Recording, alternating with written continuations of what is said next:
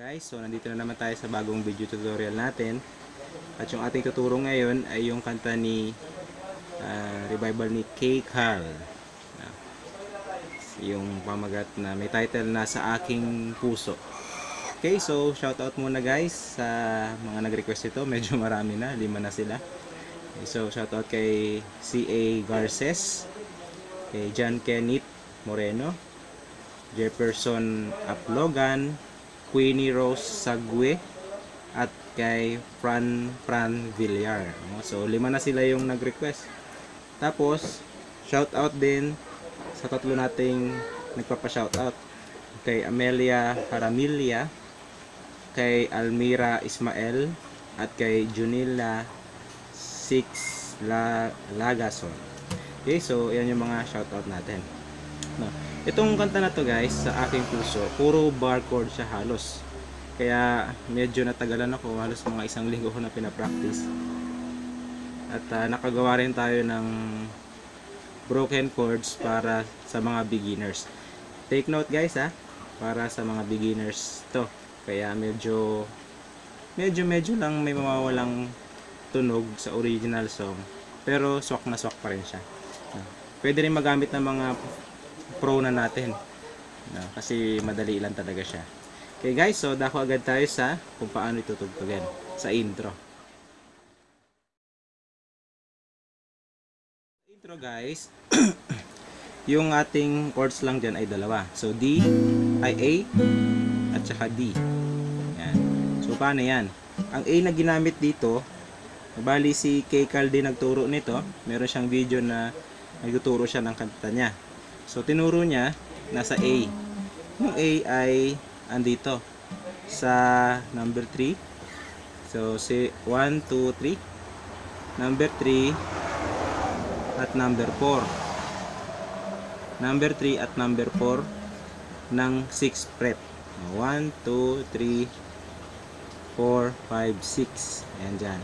Number 3 at number 4. Ayan yung A. And then D. Ayan. Paano yung D? Yung D, balik-balikin muna natin yung mic. So, paano yung D? Yung D ay, di ba A siya kanina? Dinagdagan na natin siya dito sa 5th string ng 5th fret din. So kanina yung A ganito, di ba? Ito. So sa 3rd at saka sa 4th ng 6th fret. Tapos sa 5th string ng 5th. Yan. So paano yan ipi-play? Papakita ko muna sa inyo guys, ano? So ganito. Lapit natin yung kamay natin. So ganito.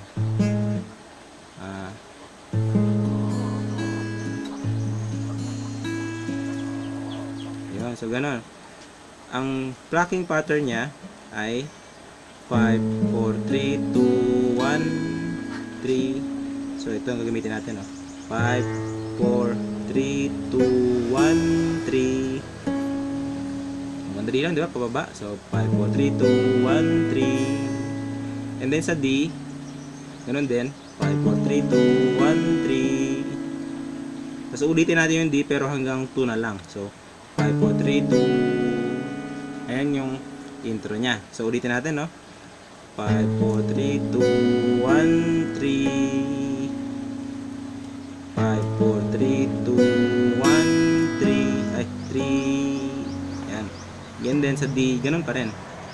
5, 4, 3, 2, 1, 3. After nyan, sa D pa rin tayo pero hanggang 2 na lang. So, 5, 4, 3, 2. Ay, sorry. 5, 4, 3, 2. So hanggang ganyan. So ulitin natin,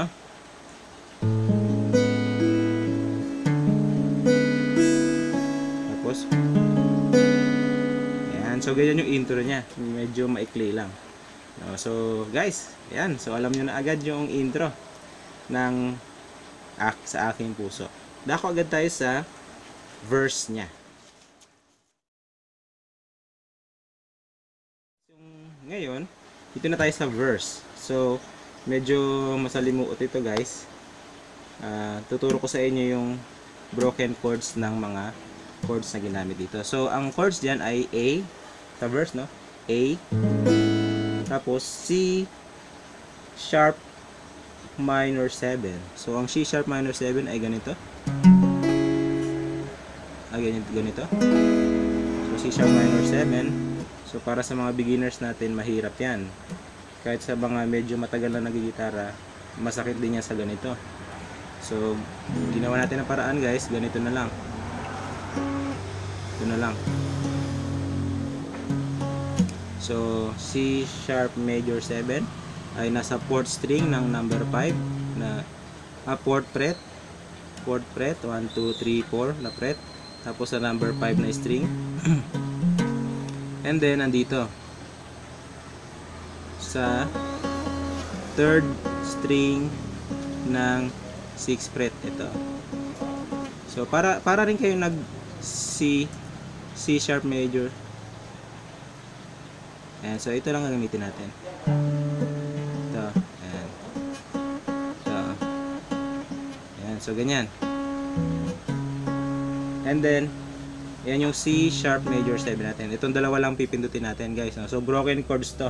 Para hindi mahirapan sa pagtugtog. Okay, so yan. Dito tayo sa C sharp major 7. Yan. And then, D major 7. Ang D major 7 ay iurong lang natin to. So, galing kang C major 7, iurong lang natin to. Ayan. So, yan yung gagamitin natin. Pero hindi talaga ganyan yung D major 7 guys. Ano? Ang D major 7 ay ganito. Pero, gagamitin na natin siyang ganito. Ayan. So, galing tayo dito. C sharp major 7. And then, D major 7. Iurong lang natin na isa. Nasa 5th fret na siya. And then, E. Yung E ay, ganito yung ginamit. Pero ang gagamitin lang natin ay dalawa lang muna. Ayan. So, galing tayo ng C sharp minor, no? C sharp minor 7. And then, D major 7. Tapos, D, E. Sa E ay iurong natin to. Chong. Tapos, ito. Pwede rin ito. Ayan. So, nasa 5th string tayo ng pang 7th fret. Tapos, 3rd string. 1, 2, 3. 3rd string. Napansin nyo guys, open tong dalawa, di ba? Open yung dalawang nasa baba. So, ulitin natin para hindi tayo malabuan. So, C sharp minor 7 dito, tapos urong lang natin sa D major 7. And then pagdating ng E ay ganito. Iurong na natin to sa 7th fret, tapos dagdagan. Yan. So, gets nyo guys, dalawang beses natin yan uulitin.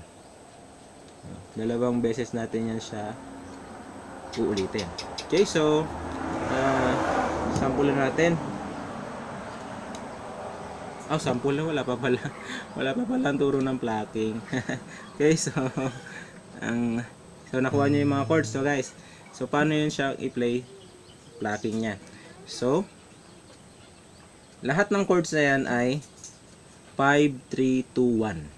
5, 3, 2, 1, di ba? So, gawin natin ay 5, 3, 2, 1. 5, 3, 2, 1. So, dalawang beses nyo gagawin yung 5, 3, 2, 1 na yan sa A, sa C sharp major 7.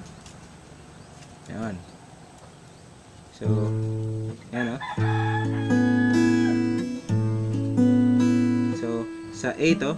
So, 5, 3, 2, 1. 5, 3, 2, 1. Pwede rin 5, 3, 2, 1, 2, 3. 5, 3, 2, 1, 3. Pero baka malito kayo guys. So 5, 3, 2, 1 na lang muna. So 5, 3, 2, 1. 5, 3, 2, 1. And then C sharp major 7. 5, 3, 2, 1. 5, 3, 2. 5, 3, 2, 1. And then D major 7. 5, 3, 2, 1. 5, 3, 2, 1. Tapos E. 5, 3, 2. 5, 3, 2, 1. 5, 3, 2, 1. Ayan. So, balik na naman ng A. So, 2 times natin gagawin. So, get siya guys. Madali lang, no? So, lahat ng chords na yan ay 5, 5, 5, 3, 2, 1. Lahat ng chords na yan ay 5, 3, 2, 1. So, gets nyo.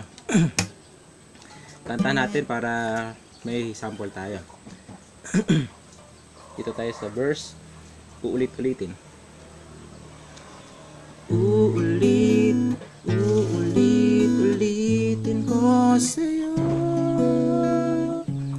ang nadarama.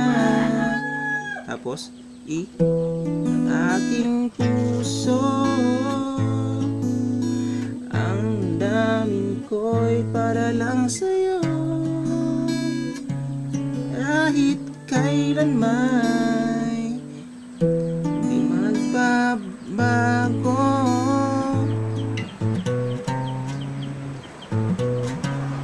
So, mamaya na yan, no?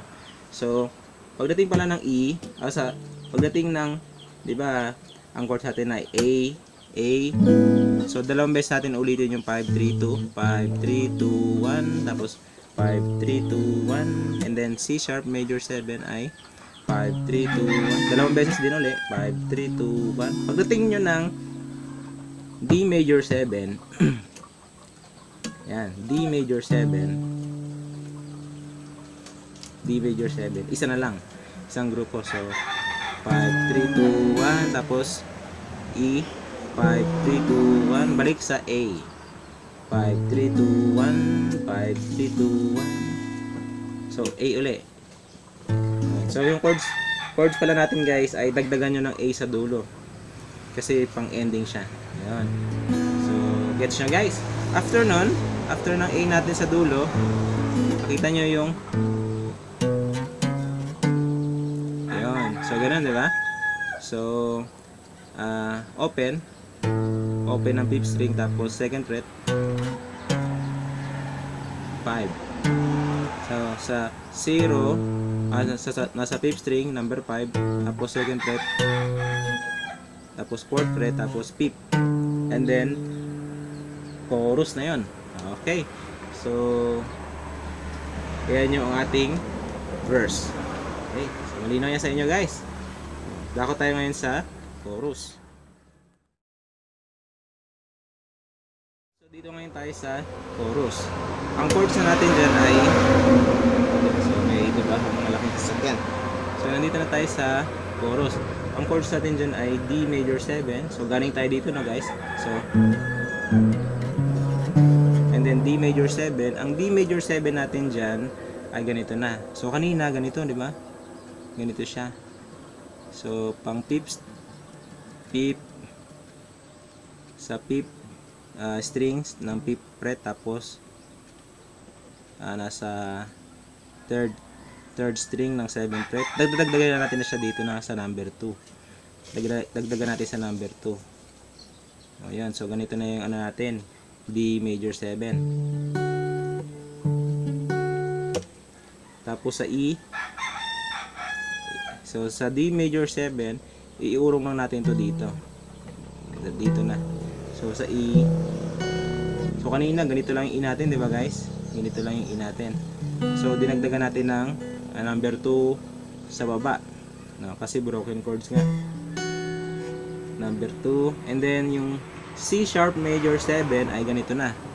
So sa C, tapos sa C sa 4th fret, and then nasa 3rd string ng 4th fret din, tapos andito 5th fret ng 5th fret ng 2nd string. Yan. So ito na yung C major 7 natin. And then F, yung F natin ay 6, number 6 ng 2nd fret, tapos 3rd string ng 2nd fret din, at 2nd string ng 2nd fret pa rin. So yan yung F natin. And then B minor 7, bababa lang natin to, tapos ito stay dito. So ito nasa 5th string na siya ng 2nd fret, tapos ito ay asa third string, at ito, iurong na natin to dito. Di ba kanina nasa, yung F ganito. So, yung B minor 7, ganun. So, ito ay iurong na natin dito. Yan. So, iurong na natin dito. Pagkatapos ng B minor 7, ay balik tayong E. So, di ba nanggaling tayo dito, no? So, iurong na natin to all the way to dito. Ayun. So, galing tayong B. No? B minor 7. Shortcut, guys. I-slide nyo na lang papunta dito sa 7th fret. Ayan. So, lahat nasa 7th fret. No? Ayun. Nasa 7th fret. So, gets nyo, guys. After nun, merong gagawin na D major 7, C major 7, B minor 7, A. Ayun, so medyo mabilis yun, pero mamaya na yun, guys. No. So, ulitin natin ulit yung chords, ano? So, D major 7, tapos E minor 7, E minor 7, E, tapos C sharp minor 7, and then F, and then B minor 7, E uli,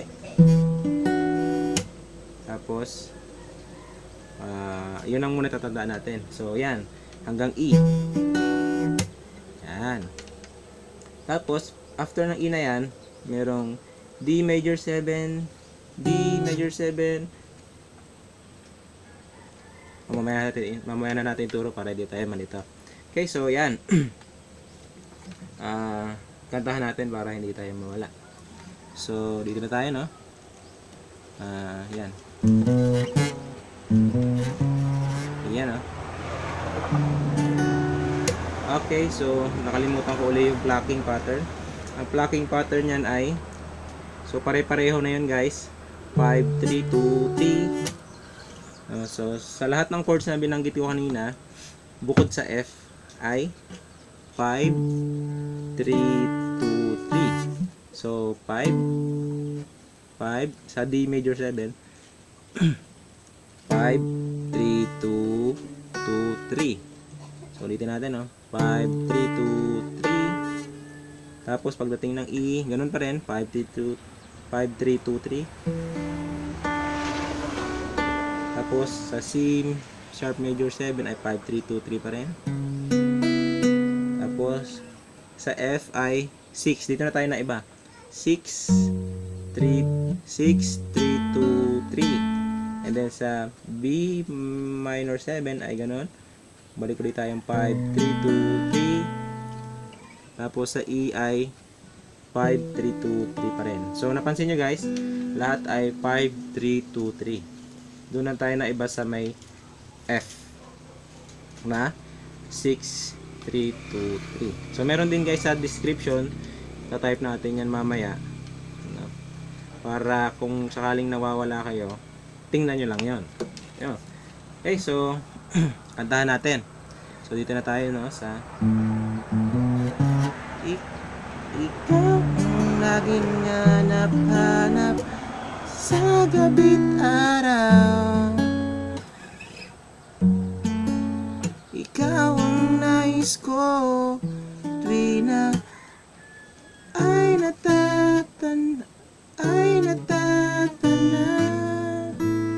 So, after natin ng E, guys, no? So, after natin ng E, saan nakababod na E?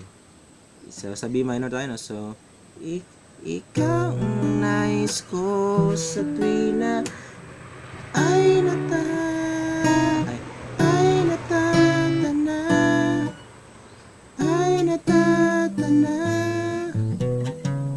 Ayan, so tuturo ko sa inyo yan, guys, no?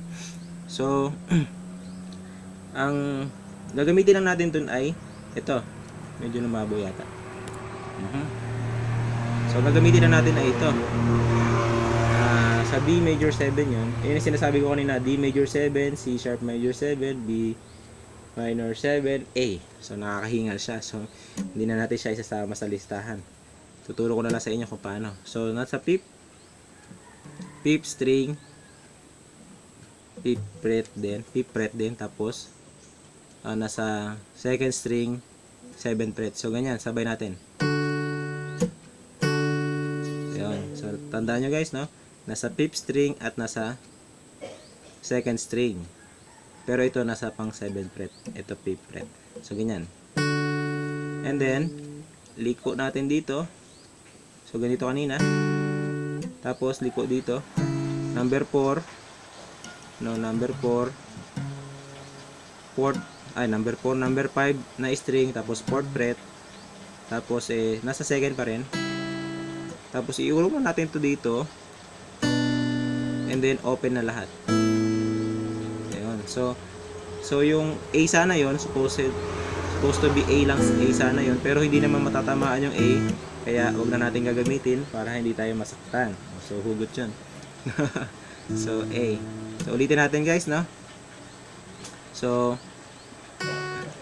5 2 tapos 5 2 tapos iurong na natin dito 5 2 and then 5 1 5 1. Yan, sabay. Ulitin natin, no? 5 2 tapos ganito. Tapos 5 2. And then pagkatapos nun, balik na naman tayo dun sa chords ng chorus kanina na tinuro ko sa inyo. So ulitin natin, no guys. So tuturo ko sa inyo rin kung saan banda yan ililipat. So doon na tayo sa ay nata. So ay nata. Sa dalawang ta doon kayo lilipat. So ay nata ta now. Yun. So ulitin natin, no? Ay natatanaw. Tapos ikaw. Balik na naman tayo dun. So ulitin natin para hindi tayo mawala guys. So dun tayo sa ay natatanaw. Ay natatanaw.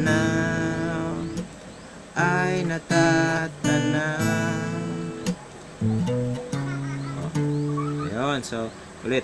Ay natatanaw. Yun. So, ganon. Tapos, ulitan naman tayo dun sa kaninang chord sa D major 7, E, C sharp minor 7, F. So, ulitin natin, from the top ng chorus. Para hindi tayo mawala. So, yun na guys yung lahat ng chords natin. No, yun na yung lahat ng chords natin. Oh, medyo lumabo yata. So ulitin natin, ulitin tayo sa pinaka-umpisa ng chorus. So ikaw ang hanap ko. Ano ba chorus niya? Ayun. Ikaw lagi, sorry. Nawala. So ikaw ang hanap sa gabit araw. Ikaw ang nais ko sa tuwina ay natatanaw.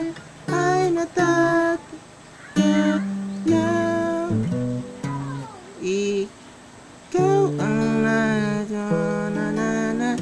wala na ngang iba sa ating puso, tunay kang nag-iisa. Tapos balik uli ng intro. So balik ng intro, no? 4 5 4 3 2 1 3 5 4 3 2 1 5 4 3 2 5 4 3 2 1 3 5 4 3 2 1 3. So balik na ulit sa intro. So yun guys, yan yung chords ng Sa Aking Puso. So ayan. So kayang-kaya nyo na yan guys. So ginawan talaga natin ang paraan guys para mawala na yung mga bar chords na yan, matugtog na mga beginners natin. So take note guys, pagpasensyahan niya kasi broken chords yun, kaya medyo mawawala yung ibang tunog ng original, pero sok na sok pa rin naman pagka kinanta siya. Okay guys, so see you tayo sa next video natin. Huwag niyo kalimutan mag-subscribe sa ating channel at click niyo yung notification bell para ma-notify kayo. Okay, so kita tayo sa next video natin.